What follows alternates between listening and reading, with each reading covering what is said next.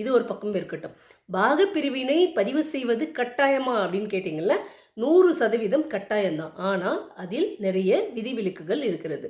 என்ன அப்படின்னு பார்த்தீங்கன்னா, உயர்நீதிமன்றம், உச்சநீதிமன்றம் ஆகட்டும், மாவட்ட நீதிமன்றங்கள் ஆகட்டும், வழக்குகளின் சூழலை பொறுத்து தீர்ப்புகளை சொல்லியிருக்காங்க. முன்பெல்லாம் பாகப்பிரிவினை அப்படிங்கிறது உங்களுக்கே தெரிஞ்சிருக்கும். நிறைய இடங்கள்ல இது பெரியவன் யூஸ் பண்ணிப்பான், இது 2வது மகன், இது 3வது மகன், அது 4வது மகன் அப்படின்னு சொல்லிட்டு அவங்களுக்குள்ளாகவே வாய்மொழியாக கூட பிரித்து கொள்வாங்க.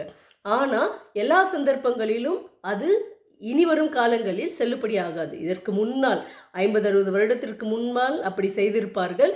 வழக்கு அப்படின்னு வரும் பொழுது நீதிமன்றம் அந்த சம்பந்தப்பட்ட வழக்கின் நிலையை ஆராய்ந்து பதிவு செய்வது கட்டாயமா இல்லையா, அதை எவிடன்ஸாக எடுத்துக்கொள்ளலாமா அப்படிங்கிறத பற்றி நீதிமன்றம் முடிவெடுக்கும்.